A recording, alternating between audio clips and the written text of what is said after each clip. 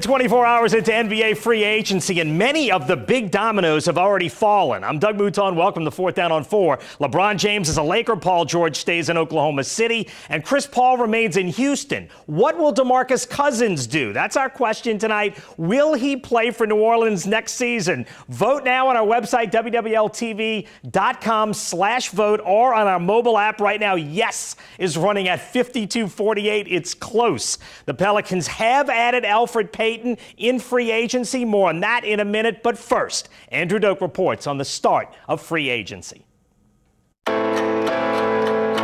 Within minutes of free agency opening, superstars like Rockets point guard Chris Paul and Thunder small forward Paul George re-signed with their respective teams. Cut and dry, no drama. That's how free agency started. That's until LeBron James signed with the Lakers. James signing in LA created a seismic shift in the NBA landscape. But looming out there in the depths is a giant fish who hasn't made but a tiny splash. ESPN reports that 27-year-old center DeMarcus Cousins got 2 phone calls when free agency started late Saturday night. One from the Pelicans, the other from the Lakers. But 2 good things have happened for the Pels over the last 24 hours. The first came when former Clipper center DeAndre Jordan agreed to a 1-year, $24 million deal in Dallas. It eliminated the Mavericks from contending for Cousins. Then just hours ago, as soon as James signed, the Lakers announced that they're bringing back free agent guard Kentavious Caldwell-Pope on a 1-year, $12 million deal, which from a cap space standpoint essentially takes the Lakers out of the Cousins sweepstakes. The only exception would be if Cousins is willing to take a massive pay cut. Boogie's options are now very limited, as well as the teams that have the available cap space to lure Cousins away from New Orleans.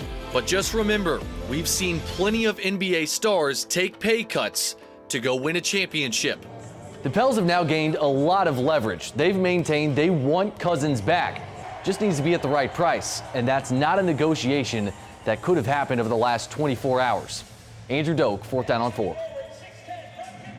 And Andrew joins us in studio. And since you wrote that story now, there's less motivation for the Lakers. They signed JaVale McGee from the Warriors. They've already spent $12 million on Kentavious Caldwell-Pope. The feeling would be they wouldn't have big money for Cousins. Not that they wouldn't have some, but they've already gotten a center. You would think they would be out of the running for Cousins as of 20 minutes ago. Agreed? Yeah, I mean, look, the Pelicans are going to be able to spend the most money. Obviously, that's not what they want to do. They don't want to spend the max, especially because he's coming off of an Achilles injury.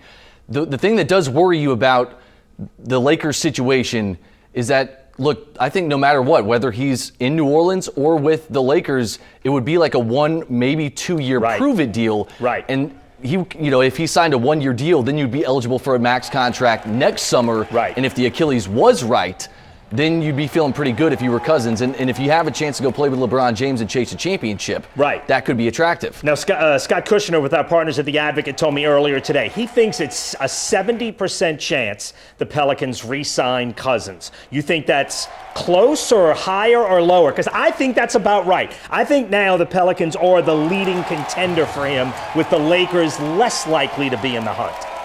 Maybe 60-40. 60-40. I mean, I think L.A., 27-year-old, making a lot of money, playing with LeBron James becomes attractive. He likes it here in New Orleans. He likes Anthony Davis. His family's close in Mobile. Those are all positives. Right.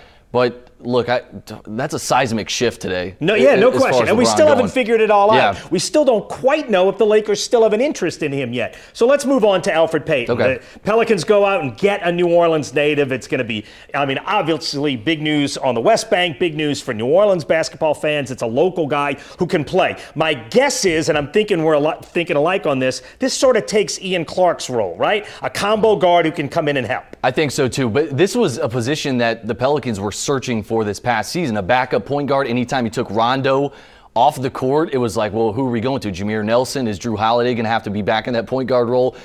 You don't forget, this is a guy who was a top 10 pick coming out of Louisiana. He's a scorer. He's not a three-point shooter, but he can get to the rim. He can distribute. And look, when you have Rondo on the floor, he's actually not that good of a shooter. So I think as far as a point guard, if you replace him, he's going to at least be a scoring threat whenever you put him on the floor, and that's a big positive for the Pelicans too. And you're looking at highlights now of Elfrid Payton. We have followed him obviously throughout his career from Errett High School to UL Lafayette. Remember, this is a guy who's 24 years old. Yeah. So from a basketball standpoint, he is not a finished product. No, they were saying when he was with the Magic before he got traded to the Suns this season that they saw him as the future point guard for them. Obviously, there's a lot of things that are in flux in Orlando as well as with the Suns right now. But sure. I think this is a guy who's probably happy to come home, be close to family, and also see a significant role with the Pelicans in a team that can be a contender. And the last question I wanted to ask you, does any of this affect Rajon Rondo? Scott Kushner at The Advocate said he thinks there's a great chance Rondo is back. You give him the keys to the car of a playoff team. You agree? I totally agree. I think Rondo, while he fit great with the Pelicans, he's hard-headed. I think that drives his market down a little bit, and I think he's found something where, look, he only has a couple of years left. Why not and he has the autonomy here too. Sure, like you said, that's the important thing. Whenever he was being convinced to come here, Alvin Gentry said, autonomy was a big part. Can I take these keys and drive the car? Yeah, I agree. It works here. Andrew Doak, terrific job as always. We are back with more 4th Down on 4 in a minute.